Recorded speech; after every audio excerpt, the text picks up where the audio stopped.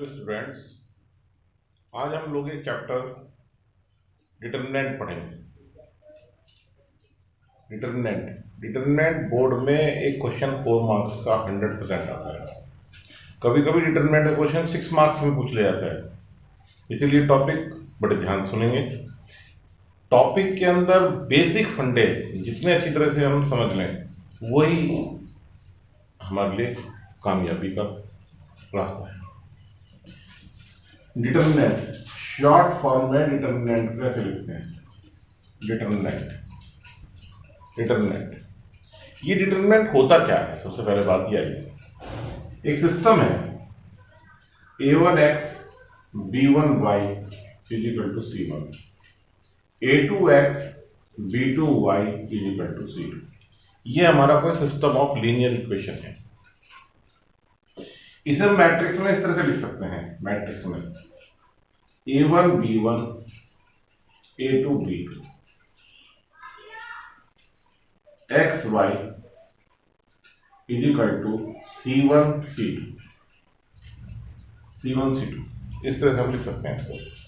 एक चीज देखने की है, देखिए ये चीज यही लिखी हुई है, row by column multiplication, a1 x1 plus b1 y1, और जब कंपेयर करेंगे तो c1 के इक्वल आएगा। हमने क्लास 10 में पढ़ा था कि अगर कोई हमारा सिस्टम दिया है, कोई अगर हमारा सिस्टम ऑफ लीनियर इक्वेशन दिया है 2 वेरिएबल, और हमें देखना है कि ये सिस्टम हमारा यूनिक सॉल्यूशन रखता है या नहीं रखता है, तब कंडीशन देखनी होती थी a1 upon a2 is not b1 upon b2। यानी कि क्या हुआ, a1 b2 is not equal to a2 b1, a1 b2 minus a2 b1 is not equal to 0। यानी कि अगर हमारा ये सिस्टम, ये condition is not equal to 0 आ रही है, तो इट्स मीन जो है हमारा वो सिस्टम क्या रखता है, यूनिक सॉल्यूशन रखता है। यानी अगर कोई मैट्रिक्स ए दी है हमें, ये कोई मैट्रिक्स ए है, हमने इस मैट्रिक्स को एलाइट कर लिया, a1 b1 a2 b2, ये मैट्रिक्स ए है। इस चीज को हम ये लिख सकते हैं, ये इसको डिटर्मिनेंट बोलते हैं। क्या है, a1 b2 a1 b1 a2 b2। इस चीज को मैं ऐसे लिख सकते हैं। इसका मीनिंग ये है, ये a1 b2 minus a2 b1। यानी कि ये मैट्रिक्स है, कोई भी मैट्रिक्स है, ये स्क्वायर मैट्रिक्स है, हमेशा यहाँ स्क्वायर मैट्रिक्स ही होगी, क्योंकि जो सिस्टम होगा हमारा ये तो 2 वेरिएबल में होगा या 3 वेरिएबल में होगा या 1 वेरिएबल में होगा, सही जी, तो हमेशा स्क्वायर मैट्रिक्स ही बनेगी। ये हमारा डिटर्मिनेंट बन गया। इसी चीज को हम क्या लिख देंगे, डिटर्मिनेंट ऑफ ए, ऐसे लिखा जाता है, या इसे लिखते हैं डिटर्मिनेंट ऑफ ए, इसे ऐसे लिखते हैं डिटर्मिनेंट ऑफ ए। डिटर्मिनेंट यानी डिटर्मिनेंट क्या चीज आई, डिटर्मिनेंट यानी किसी मैट्रिक्स के डिटर्मिनेंट, किसी भी स्क्वायर मैट्रिक्स के डिटर्मिनेंट से हमें पता लगता है कि हमारा सिस्टम यूनिक सॉल्यूशन रखता है या नहीं रखता है। अगर डिटर्मिनेंट की वैल्यू आ गई 0, तो इट्स मीन वो सिस्टम ऑफ लीनियर इक्वेशन जो भी होगा वो हमारा यूनिक सॉल्यूशन नहीं रखेगा। और अगर डिटर्मिनेंट आ गया इज नॉट इक्वल टू 0, तो इट्स मीन जो है वो क्या रखेगा, यूनिक सॉल्यूशन रखेगा। ये हमें ध्यान देना है। तो यानी कि डिटर्मिनेंट क्या चीज है, डिटर्मिनेंट एक नंबर है। डिटर्मिनेंट क्या चीज है, डिटर्मिनेंट एक नंबर है जो हमें बताता है कि हमारा सिस्टम यूनिक सॉल्यूशन रखता है या नहीं रखता है। अगर 0 आ गया तो नहीं रखता है, अगर इज नॉट इक्वल टू 0 आ गया तो इसका मतलब वो यूनिक सॉल्यूशन रखता है। ठीक है, क्लियर। जैसे मान लो हमें कोई डिटर्मिनेंट दिया है 2 3 4 5, this is 10 5 2 10 minus 12, this is minus 12 is not equal to 0। It's mean जिस भी सिस्टम के, जिस भी मैट्रिक्स के, जिस भी सिस्टम के ये कोफिशिएंट है, ये जैसे a1 b1 ये इस तरह कोफिशिएंट है, मतलब जो भी मैट्रिक्स रही होगी स्क्वायर मैट्रिक्स, उससे जो डिटर्मिनेंट बना है, यानी बल्कि और कहा जाए कि अगर किसी सिस्टम से जो मैट्रिक्स बनी है उस मैट्रिक्स को हमने डिटरमिनेंट बना लिया। डिटरमिनेंट से यानी कि जो हमें नंबर मिला उससे हमें पता लग रहा है कि वो सिस्टम यूनिक सॉल्यूशन नहीं रखता था। क्लियर? उसके बाद हम आते हैं, तो डिटरमिनेंट ऑफ ऑर्डर 2 हमने डिस्कस कर लिया। ये था determinant of order 2। Determinant of order 2, अगर ये है determinant of order 1, determinant of order 1 यानी कोई डिटरमिनेंट है ये, यानी कि आ गया 1। इट्स मीन क्या, इसकी वैल्यू क्या रहेगी, जो कि 1 और 1 रहेगी, तो इसका मतलब यह है कि सिस्टम हमारा यूनिक सॉल्यूशन नहीं रखता है। सॉरी, यूनिक सॉल्यूशन रखता है, इज नॉट इक्वल टू 0 आ गया ना, तो इसलिए यूनिक सॉल्यूशन रखता है। अब सबसे पहले हम लोग पढ़ेंगे माइनर एंड कोफैक्टर्स। सबसे पहले हम लोग पढ़ेंगे minor and cofactors. Minor and cofactor.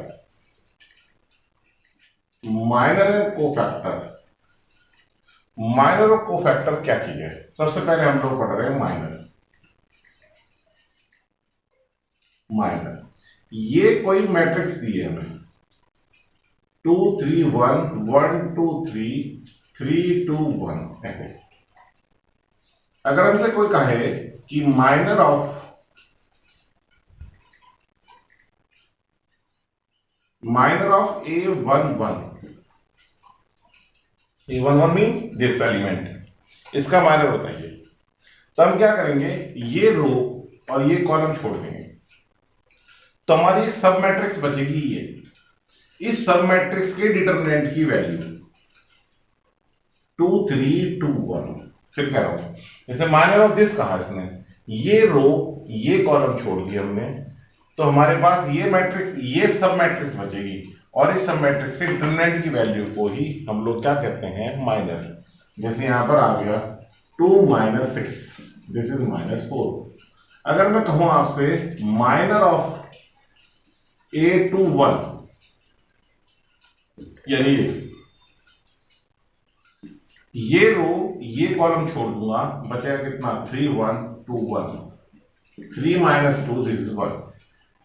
अगर मैं कहूं आपसे माइनर ऑफ A32, A32 ये है A32, ये रो ये कॉलम छोड़ दो, बचेगा क्या, ये रो ये कॉलम छोड़ दो, बचेगा 2 1 1 3, 2 1 1 3, 3 2 या 6 -1 दिस इज 5। अब है हमारा कोफैक्टर। कोफैक्टर किसे कहा गया, कोफैक्टर Cij इक्वल टू -1 की power I + j Mij, this is the cofactor. जैसे कोफैक्टर ऑफ C11 कहा गया, C11, इसका कोफैक्टर निकालिए, -1 की पावर 1 + 1 M11, तो हमारे पास क्या आ जाएगा, -1 की पावर 2 और M11 कितना है, -4, this is 1 and this is -4। Cofactor of 2 1, -1 की पावर 2 + 1 यानी M21, -1 की पावर 3, M21 कितना है, 1 है, तो ये माइनस का 1 आ गया और ये 1, तो कितना आ गया, -1। कोफैक्टर ऑफ 3 2, -1 की पावर 3 + 2 M32, -1 की पावर 5, ओड यानी कि माइनस का जाएगा, और 5 ये है, this is -1 × 5, this is -5, this is the cofactors. तो आप लोगों ने माइनर सीखा, कोफैक्टर देखा। अब हम लोग देखेंगे डिटरमिनेंट। हमने पढ़ा ऑर्डर 1 का, ऑर्डर 2 का, अब हम लोग पढ़ने जा रहे हैं determinant of order 3। Determinant of order 3, एक चार्ट देखिए, ये चार्ट हमें ध्यान रखना है, plus plus plus plus plus, minus minus minus minus, new plus, ये प्लस, ये होना चाहिए प्लस। क्या चक्कर है, ये क्या है आखिरकार, मैं बताऊंगा आप लोगों को। यस, सबसे पहले अब देखते हैं हम लोग डिटरमिनेंट ऑफ ऑर्डर 3। 3 ऑर्डर का डिटरमिनेंट क्या है, 3 ऑर्डर का डिटरमिनेंट क्या है। 3 ऑर्डर का डिटरमिनेंट देखिए, जैसे डिटरमिनेंट ऑफ ए 3 ऑर्डर का है, 3 2 1, 3 2 1, 1 2 3, 1 3 5। अगर हम इससे पहले ये सीखें कि ये ऐसे ना कहकर इसको ऐसे कहें कि ए डिटरमिनेंट है A11, A12, A13, A21, A22, A23, A31, A32, A33, ये हमारा कोई डिटरमिनेंट है। क्लियर? तो इस डिटरमिनेंट की वैल्यू क्या होती है? देखो क्या होती है डिटरमिनेंट की वैल्यू। ए जो हमने रो ली उसी के कॉरस्पॉन्डिंग उसके कोफैक्टर्स की मल्टीप्लाई का सम ही डिटरमिनेंट की वैल्यू कहलाती है। जैसे A11 C11, A12 C12, A13 C13, ये इसके डिटरमिनेंट की वैल्यू कहलाएगी। ठीक है जी, डिटरमिनेंट की वैल्यू। एग्जांपल लेते हैं, एग्जांपल देखो, अगर मैं इसे थोड़ा सा और ओपन कर दूं तो ये आपको ये चार्ट समझ आता है कि ये क्या है। A11 -1 की पावर 2, 1 + 1 2, M11, A12 -1 की पावर 3, M12, A13 -1 की पावर 4, M13,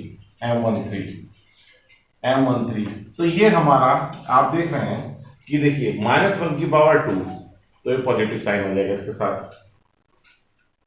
-1 की पावर 3 नेगेटिव आ जाएगा, -1 की पावर 4 क्या आ जाएगा, पॉजिटिव साइन आ जाएगा। तो ये नेगेटिव पॉजिटिव का सिस्टम इसके लिए है। अभी और समझ लीजिए आप, कोई बात नहीं, एग्जाम्पल और समझिए। एक डिटरमिनेंट है 3 2 1, 1 2 1, 1 1 2 1, 1 1 1, ये कोई डिटरमिनेंट है हमारा। अब देखिए डिटरमिनेंट की value, expand by R1, this is row and this is column, expand by R1, R1 के थ्रू हम एक्सपेंड करते हैं। A11, A11, A11 और वो भी किसी का आएगा -1 की पावर कितना, यहां पर 2 है। ये रो ये कॉलम छोड़ देंगे, ये 3 आ गए, ये रो ये कॉलम छोड़ देंगे, तो हम ये लिखेंगे फिर पॉजिटिव।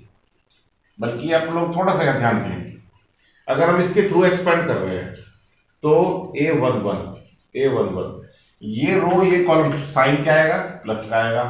ये रो ये कॉलम छोड़ दें, क्या आएगा आपके 2 1 1 1, माइनस माइनस माइनस माइनस 2 आएगा, इसकी वजह माइनस, ये देखिए माइनस, इसकी वजह ये माइनस। ठीक है नहीं, तो हमारे पास ये आ गया 2, ये रो ये कॉलम छोड़ दी 1 1 1 1, प्लस ये प्लस है तो प्लस 1, ये कॉलम ये रो छोड़ दीजिए 1 2 1 1, 3 2 -1 -2, 1 -1 1 1 -2, 3 × 1 हो गया, -2 × 0 प्लस 1 × -1, 3 ये 0 हो गया और ये -1, दिस इज कितना आ गया 2। तो इसकी जो वैल्यू आ गई हमारी, इस डिटरमिनेंट की वैल्यू कितनी आ गई हमारी 2। यानी कि ये जो डिटरमिनेंट है कहां से आया होगा डिटरमिनेंट, ये सिस्टम ऑफ लीनियर इक्वेशन से आया होगा। सिस्टम ऑफ लीनियर इक्वेशंस ये आपकी कितने वेरिएबल में हुई होगी, 3 वेरिएबल्स में। तो उससे जो सिस्टम बना है, यानी कि उसकी डिटरमिनेंट की वैल्यू 2 आ रही है, इट्स मीन वो यूनिक सॉल्यूशन रखता है। अगर डिटरमिनेंट 0 आता है तो क्या रखता है, वो यूनिक सॉल्यूशन नहीं रखता है। अगर डिटरमिनेंट की value is not equal to 0 आ जाए तो इसका मतलब क्या रखता है, वो यूनिक सॉल्यूशन रखता है। क्लियर? तो मैंने आप लोगों को जो समझाया वो मैंने आपको समझाया determinant of order 1, determinant of order 2 and determinant of order 3। अब मैं आप लोगों को समझा रहा हूं, एक होती है सिंगुलर मैट्रिक्स, सिंगुलर मैट्रिक्स, और एक होती है non singular matrix.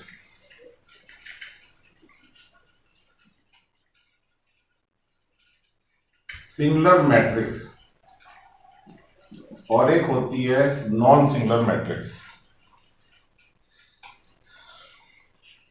A square matrix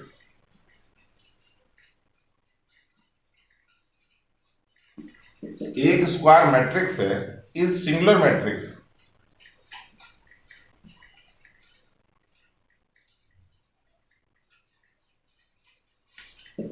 A square matrix is singular matrix if value of determinant is 0। यानी डिटरमिनेंट की वैल्यू अगर 0 है तो सिंगुलर मैट्रिक्स है, अदरवाइज अगर determinant of A is not equal to 0 है तो उसे कहेंगे नॉन सिंगुलर मैट्रिक्स। उसे हम लोग नाम देंगे नॉन सिंगुलर मैट्रिक्स। एक दो छोटे छोटे क्वेश्चन सुनिए। जैसे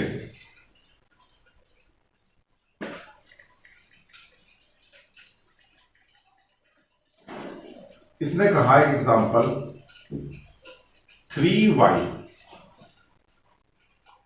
x1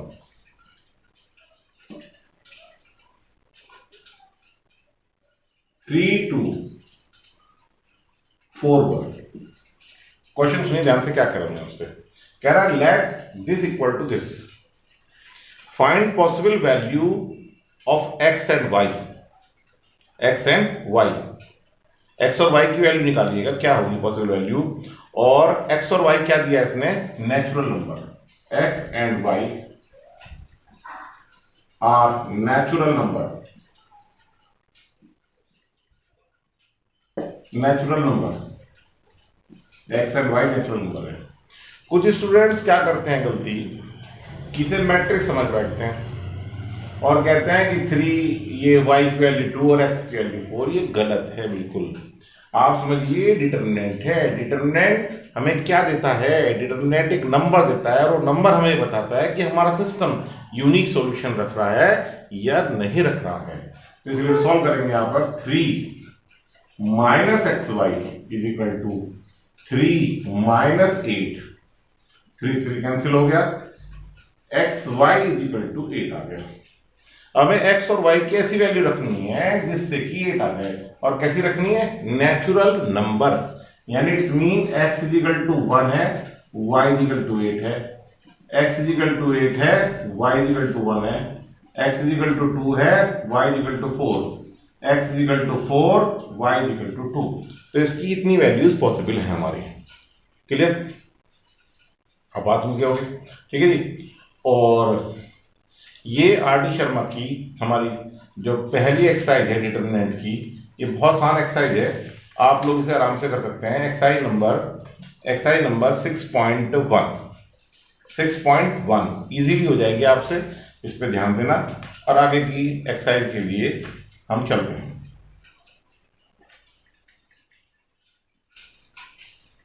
आगे की एक्सरसाइज अगली वीडियो में देखेंगे। Thank you.